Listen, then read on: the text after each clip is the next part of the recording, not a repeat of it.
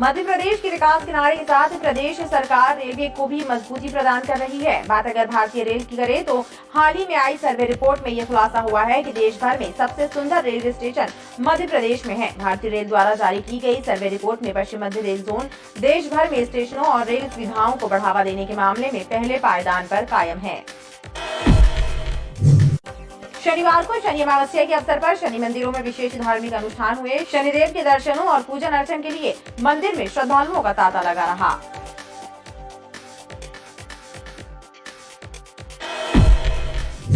शनि अमावस्या के मौके पर मां नर्मदा दर ग्वारी घाट सहित तमाम नर्मदा घाटों पर श्रद्धालुओं की भारी भीड़ उमड़ी। बड़ी संख्या में श्रद्धालु मां नर्मदा के घाटों पर दर्शन और स्नान करने पहुंचे। इस दौरान घाटों पर व्याप्त अव्यवस्थाओं को लेकर दर्शनार्थियों और श्रद्धालुओं ने प्रशासन को जमकर कोसा। शहरीकरण के दौर में विकास के नाम पर शहर के अलग अलग हिस्सों में विकास से जुड़े निर्माण कार्य किए जा रहे हैं, लेकिन विकास के नाम पर चल रहे इन कार्यों की धीमी गति से आम नागरिक बेहद परेशान हैं। जबलपुर जिले के ग्रामीण इलाकों में अवैध कच्ची शराब बनाने का काम बड़े पैमाने पर किया जा रहा है। आबकारी विभाग के अमले ने नर्मदा नदी से लगे सिलुआ और छतरपुर ग्राम में अवैध कच्ची शराब बनाने के ठिकानों पर छापामार कार्यवाही की। रानीताल ग्राम पंचायत के रामनगर क्षेत्र में खेत में काम कर रहे दंपति पर खेत में बाड़ी लगाने के विवाद को लेकर बदमाशों ने हमला कर दिया। इस हमले में घायल हुए पति की मौके पर ही मौत हो गई। वहीं हमले में घायल हुई पत्नी ने शनिवार की सुबह इलाज के दौरान दम तोड़ दिया।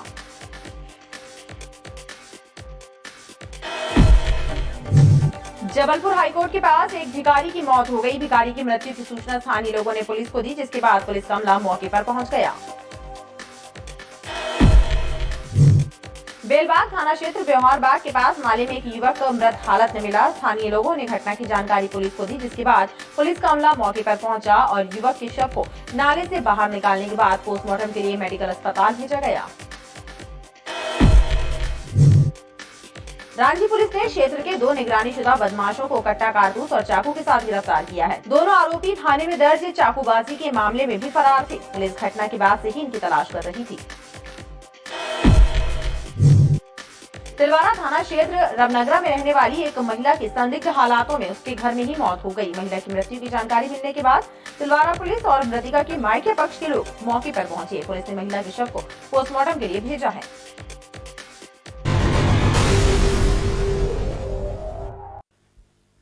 नमस्कार, स्वागत है आपका बीटीवी न्यूज में। आपके साथ मैं हूं सना और आइए करते हैं खबरों की शुरुआत, लेकिन उसके पहले नजर डाल लेते हैं हेडलाइंस पर। शनि अमावस्या पर शनि मंदिरों में हुए विशेष धार्मिक अनुष्ठान। श्रद्धालुओं ने किया शनिदेव का पूजन। नर्मदा घाटों पर उमड़ी श्रद्धालुओं और दर्शनार्थियों की भीड़। अवैध कच्ची शराब बनाने वालों के विरुद्ध आबकारी विभाग ने बड़ी कार्यवाही की। सिलुआ और छतरपुर ग्राम में अवैध शराब के अड्डों पर आबकारी विभाग का छापा। नर्मदा किनारे छिपा कर रखी गई अवैध शराब और 8000 किलो लाहन बरामद। और कट्टा और कारतूस लेकर घूम रहे निगरानीशुदा बदमाश हुए गिरफ्तार। चाकूबाजी के मामले में फरार बदमाशों को रांची पुलिस ने दबोचा। कट्टा कारतूस और चाकू हुआ बरामद।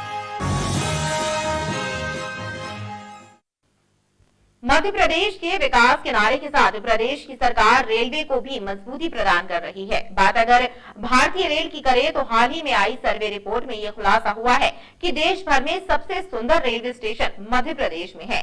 भारतीय रेल द्वारा जारी की गई सर्वे रिपोर्ट में पश्चिम मध्य रेल जोन देश भर में स्टेशनों और रेल सुविधाओं को बढ़ावा देने के मामले में पहले पायदान पर कायम है। अब वो दौर समाप्त हो गया है जब रेलवे स्टेशन पर सड़ांध मारती रेल पटरियां और गंदगी से बचबचाते रेलवे प्लेटफॉर्म मिलते थे। खास तौर पर आप मध्य प्रदेश में निवास करते हैं तो आपको रेलवे स्टेशन एयरपोर्ट की तर्ज पर नजर आएंगे। मध्य प्रदेश की राजधानी भोपाल हो या फिर संस्कार धानी कहा जाने वाला जबलपुर शहर, पश्चिम मध्य रेल जोन में आने वाले 190 रेलवे स्टेशनों की सूरत और सीरत बदल गई है। बीते दिनों भोपाल के हबीबगंज स्टेशन का नामकरण रानी कमलापति कर दिया गया, जो देश का सबसे आधुनिक स्टेशन कहा जाता है। इसके साथ ही जबलपुर के मुख्य रेलवे स्टेशन की तस्वीर भी बदल गई है। इसे हेरिटेज थीम पर सुसज्जित कर दिया गया है। अब प्लेटफॉर्म नंबर 1 जहां एयरपोर्ट की तरह लगता है, तो वहीं प्लेटफॉर्म नंबर 6 की निकासी पर आपको धुआंधार जलप्रपात का नजारा देखने को मिलेगा। इसके अलावा मदन महल स्टेशन को भी यात्री सुविधाओं और रेलवे की विकास की योजनाओं की तर्ज पर विकसित किया जा रहा है। यहाँ भी कई तरह की सुविधाएं आने वाले दिनों में यात्रियों को मिलेंगी। मदन महल स्टेशन पे जैसा कि सभी लोग जानते हैं सिर्फ 3 ही प्लेटफॉर्म थे अभी तक, जिसमें प्लेटफॉर्म 1, प्लेटफॉर्म 2 और प्लेटफॉर्म 3 थे, जिसके वजह से जो जबलपुर से टुवर्ड्स मुंबई जाने वाली गाड़ियां थी उनके लिए कैपेसिटी कंस्ट्रेंट था, बिकॉज कोई और प्लेटफॉर्म नहीं था 1 नंबर के अलावा, और वो मेन लाइन के ऊपर पड़ता था। इसकी वजह से ट्रेनों का ठहराव देना और पैसेंजर एमिनिटीज बढ़ाना, यात्री सुविधाएं बढ़ाने के लिए कंस्ट्रेंट था। तो अब उस कंस्ट्रेंट को दूर करके अब इसको मेजर कोचिंग स्टेशन में बनाने के लिए हम वहां पे एक नई लूप लाइन डाल रहे हैं। न केवल साज सज्जा बल्कि विद्युतीकरण का कार्य भी पश्चिम मध्य रेलवे का 100% टारगेट पूरा हो चुका है। अब रेल जोन में सभी इंजन इलेक्ट्रिक हैं और धुआं फेंकते इंजनों की आवाजाही भी इस जोन में देखने को नहीं मिली। शनिवार को शनि अमावस्या के अवसर पर शनि मंदिरों में विशेष धार्मिक अनुष्ठान हुए। शनिदेव के दर्शनों और पूजन अर्चन के लिए मंदिर में श्रद्धालुओं का तांता लगा रहा। भक्तों ने विधि विधान से अभिषेक, पूजन और महाआरती करके पुण्य लाभ अर्जित किया। शनिवार को शनि अमावस्या के अवसर पर शनि मंदिरों में धार्मिक अनुष्ठान हुए। मंदिरों में विविध कार्यक्रमों के साथ साथ शनिदेव महाआरती जैसे धार्मिक कार्यक्रम हुए। शनि मंदिरों में सुबह से ही श्रद्धालुओं का तांता लगा रहा। श्रद्धालुओं ने शनिदेव का विधि विधान से पूजन अर्चन किया और उनका आशीर्वाद प्राप्त किया। शास्त्रों और ज्योतिषाचार्यों के मुताबिक शनि अमावस्या पर शनिदेव का पूजन विशेष फलदायी होता है। शनि अमावस्या पर शनिदेव के दर्शन और पूजन से मनुष्य को सभी कष्टों से मुक्ति मिलती है और शनिदेव की कृपा प्राप्त होती है। भगवान शनिदेव जो न्यायाधीश हैं, समस्त भक्तों पर कृपा दृष्टि बरसाते हैं। आज शनि अमावस्या में शिव शक्ति मंदिर में दूर दूर से श्रद्धालु आकर भगवान शनिदेव का सरसों के तेल से अभिषेक कर रहे हैं, अपनी कामना कर रहे हैं। जो भी हमारी राशि में ग्रह दशा चलते उसको शांति प्रदान करें। और पितृ अमावस्या भी है, जो पितृ देवता हैं वह भी सर पर कृपा बरसा रहे हैं और दूर दूर से आकर भगवान शनिदेव से अपनी कामना कर रहे हैं। बस आज शनि अमावस्या है, यहाँ शनि मंदिर में हम पूजा करने आए थे। हर शनिवार शिव शक्ति मंदिर में जो शनि जो स्थापना हुई है उस पर पुरानी जगदम्बा कॉलोनी में पूजा करने आते शनि मंदिर, हर शनिवार को आते हैं पूजा करने। आज शनि अमावस्या के अवसर पर विभिन्न लोग आके पूजन अर्चन कर रहे हैं। हम शिव शक्ति मंदिर वाले उनके प्रति कृतज्ञता ज्ञापित करते हैं। शनि मंदिरों में शनि अमावस्या के अवसर पर महाआरती व अभिषेक के साथ ही भंडारे का भी आयोजन हुआ। शनि अमावस्या के मौके पर मां नर्मदा तट, ग्वारी घाट सहित तमाम नर्मदा घाटों पर श्रद्धालुओं की भारी भीड़ नजर आई। बड़ी संख्या में श्रद्धालु मां नर्मदा के घाटों पर दर्शन और स्नान करने पहुंचे। इस दौरान घाटों पर व्याप्त अव्यवस्थाओं को लेकर दर्शनार्थियों और श्रद्धालुओं में प्रशासन को लेकर काफी आक्रोश देखा गया। शनि अमावस्या के मौके पर ग्वारी घाट सहित तमाम नर्मदा घाटों में श्रद्धालुओं की भीड़ उमड़ी। नर्मदा दर्शनों और स्नान के लिए बड़ी संख्या में श्रद्धालु ग्वारी घाट के तमाम घाटों तक पहुंचे। इस दौरान घाटों पर व्याप्त अव्यवस्थाओं को लेकर दर्शनार्थियों और श्रद्धालुओं में रोष भी देखा गया। नर्मदा तट ग्वारी घाट पहुंचे श्रद्धालुओं को यातायात जाम का सामना भी करना पड़ा। वहीं महिलाओं के लिए स्नान और वस्त्र बदलने के लिए पर्याप्त सुविधा न होने को लेकर भी लोगों में नाराजगी देखी गयी।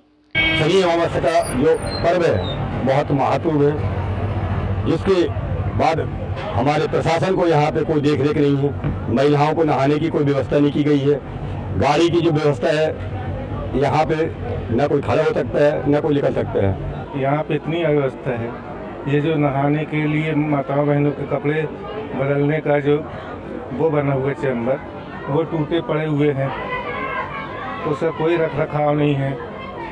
गाड़ी के स्टैंड जो है उसमें अव्यवस्था है। सारी अव्यवस्थाएं मतलब इतनी बड़ी अमावस्या है यहाँ पे, और यहाँ पे सारे लोग उपस्थित होते हैं, यहाँ मनाने आते हैं अपने अपने तरीके से।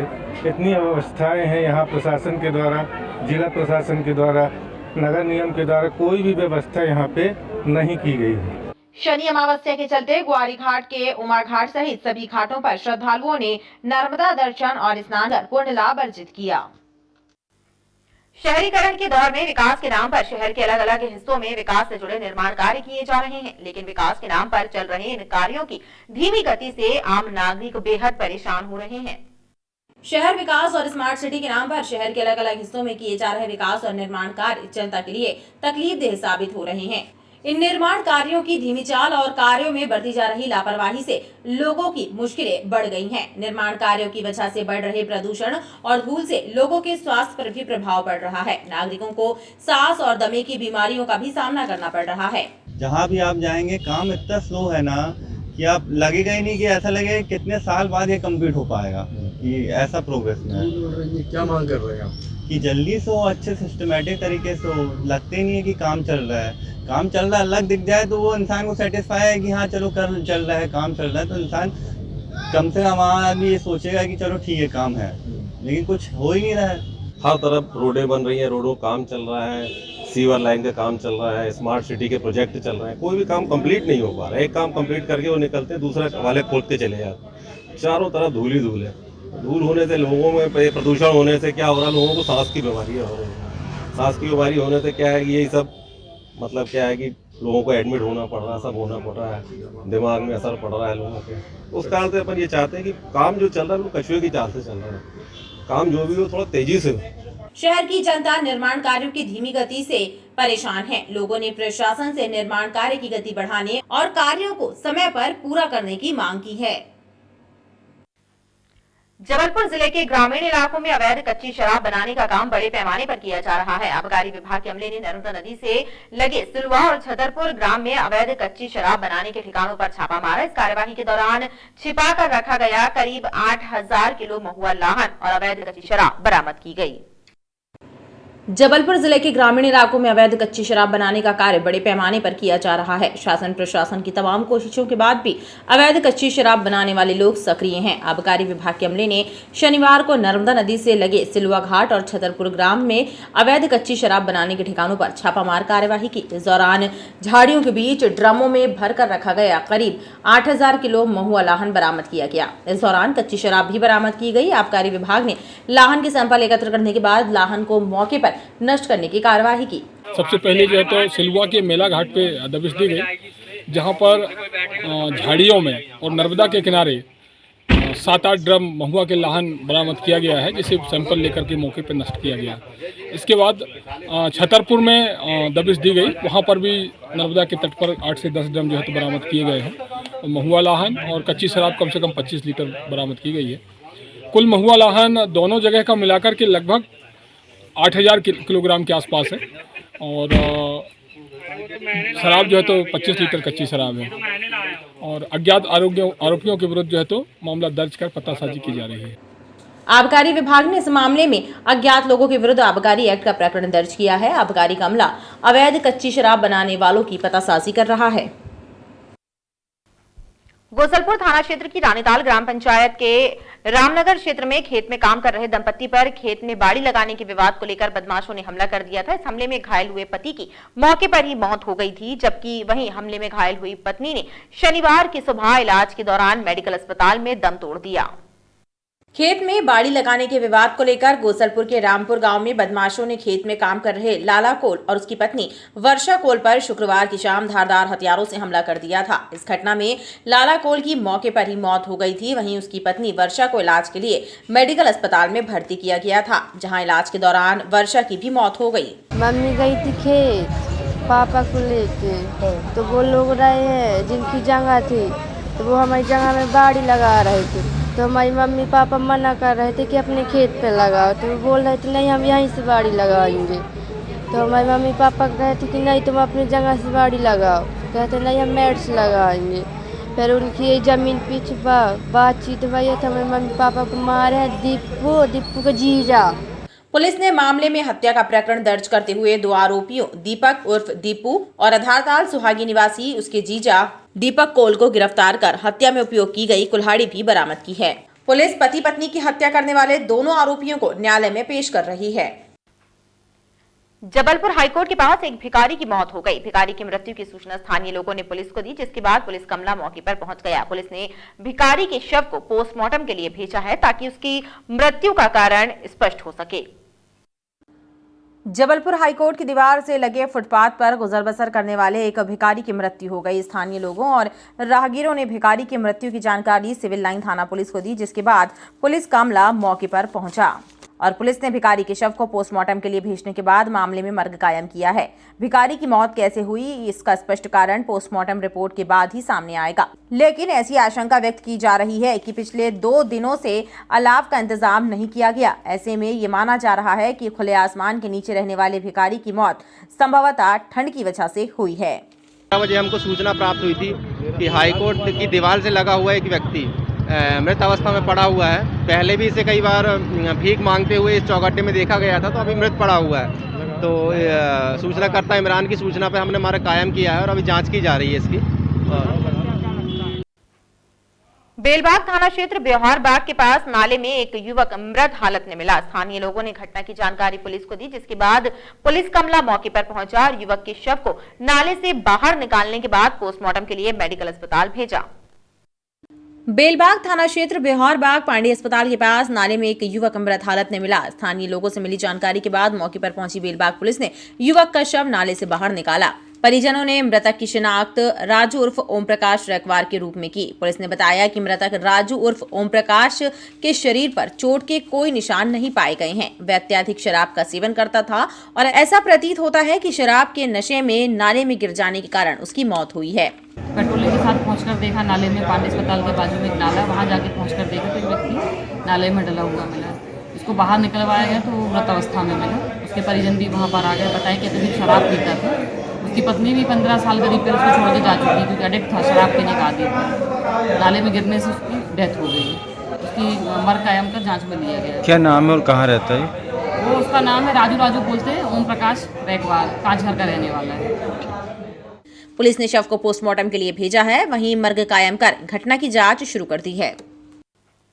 रांची पुलिस ने क्षेत्र के 2 निगरानीशुदा बदमाशों को कट्टा, कारतूस और चाकू के साथ गिरफ्तार किया है। दोनों आरोपी थाने में दर्ज चाकूबाजी के मामले में भी फरार थे। पुलिस घटना के बाद से ही इनकी तलाश कर रही थी। पुलिस ने दोनों आरोपियों के विरुद्ध अलग से आर्म्स एक्ट का मामला भी दर्ज किया है। रांची क्षेत्र के 2 निगरानीशुदा बदमाशों शिब्बू उर्फ नितिन रैकवार और सुल्तान खान को पुलिस ने दबोचने में सफलता हासिल की है। इनके कब्जे से देशी कट्टा, कारतूस और चाकू भी बरामद किया गया है। रांची पुलिस के मुताबिक इन दोनों अपराधियों ने पिछले दिनों चौधरी मोहल्ला निवासी रघुवीर दुबे के घर में घुसकर उस पर चाकू से हमला किया था। इस मामले में इनके विरुद्ध थाना रांची में प्रकरण दर्ज किया गया था और पुलिस इनकी तलाश कर रही थी। मुखबिर की सूचना पर दोनों को मढ़ई क्षेत्र से पकड़ा गया और जब इनकी तलाशी ली गई तो दोनों के पास से देशी कट्टा, कारतूस और चाकू बरामद हुआ। मुखबिर द्वारा दी गई सूचना की पर दबिश देते हुए पूर्व से फरार नितिन रैकवार व सुल्तान को पकड़ा गया घेराबंदी करके, और उस दौरान जो है आरोपी नितिन रैकवार के कब्जे से एक देसी कट्टा व एक देसी कारतूस बरामद हुआ। साथ ही उक्त प्रकरण में इसको गिरफ्तार करते हुए थाना में पूर्व से पंजीबद्ध अपराध में भी इसको गिरफ्तार किया गया। पूछताछ के दौरान जो है जो प्रकरण पंजीबद्ध था जिसमें 324 भी लगी हुई थी, प्रकरण में जो चाकू उसके द्वारा इस्तेमाल किया गया था उस चाकू को जब बरामद किया गया है। पृथक से 25-27 आर्म्स एक्ट की कायमी की गई है और दोनों आरोपियों को गिरफ्तार कर आज माननीय न्यायालय पेश किया जाएगा। पुलिस ने इनके विरुद्ध अलग से आर्म्स एक्ट की धाराओं के तहत मामला पंजीबद्ध किया है। वहीं इनसे चाकूबाजी की घटनाओं में उपयोग किया गया चाकू भी बरामद किया गया है। तिलवारा थाना क्षेत्र रामनगरा में रहने वाली एक महिला की संदिग्ध हालातों में उसके घर में मौत हो गई। महिला की मृत्यु की जानकारी मिलने के बाद तिलवारा पुलिस और मृतिका के मायके पक्ष के लोग मौके पर पहुंचे। पुलिस ने महिला के शव को पोस्टमार्टम के लिए भेजा है। तिलवारा थाना क्षेत्र के रामनगरा इलाके में रहने वाली शोभा लोधी नामक एक महिला की अपने घर में संदिग्ध हालातों में मौत हो गई। महिला की मौत की जानकारी लगते ही उसके मायके पक्ष के लोग भी उसके ससुराल पहुंच गए। वहीं घटना की सूचना मिलने पर पुलिस भी मौके पर पहुंची। महिला के मायके पक्ष ने उसकी मौत को संदिग्ध बताते हुए जहां हंगामा किया तो वहीं पुलिस से निष्पक्ष जांच की मांग की।